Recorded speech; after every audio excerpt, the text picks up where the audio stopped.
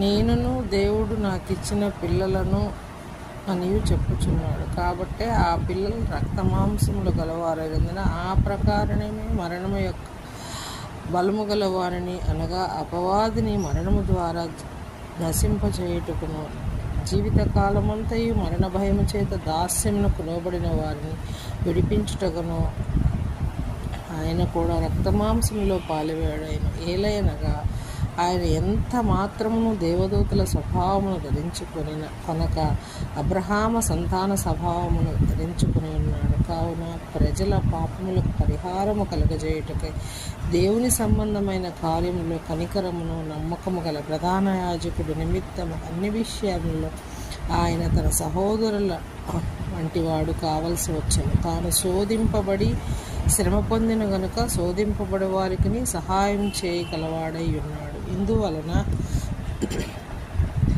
పరలోక సంబంధమైన పిలుపులో పాలు పొందిన పరిశుద్ధ సహోదరులారా, మనము ఒప్పుకొనిన దానికి అపోస్తులుడను ప్రధాన యాజకుడైన యేసు మీద లక్ష్యముంచుడి. దేవుని ఇల్లంతటిలో మోషే నమ్మకముగా ఉండినట్టు ఈయన కూడా తను నియమించిన వానికి నమ్మకముగా ఉండను. ప్రతి ఇల్లును ఎవడైనా ఒకని చేత కట్టబడును, సమస్తమును కట్టినవాడు దేవుడే. ప్రతి ఇల్లును ఎవడైనా ఒకని చేత కట్టబడి సమస్తమును కట్టినవాడు దేవుడే.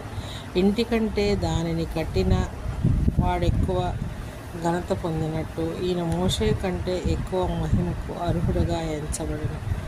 ముందు చెప్పబో సంగతులను సాక్ష్యముగా మోషే పరిచారకుడయ్యుండి దేవుని ఇల్లంతటిలో నమ్మకముగా ఉండను. అయితే క్రీస్తు కుమారుడయ్యుండి ఆయన ఇంటి మీద నమ్మకముగా ఉన్నాడు.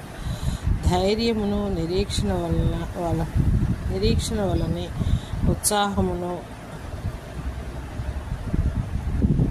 తుదమట్టుకు స్థిరముగా చేపట్టిన ఎడల మనమే ఆయన ఇల్లును మరియు పరిశుద్ధాత్మ ఇట్లు చెప్పుచున్నాడు.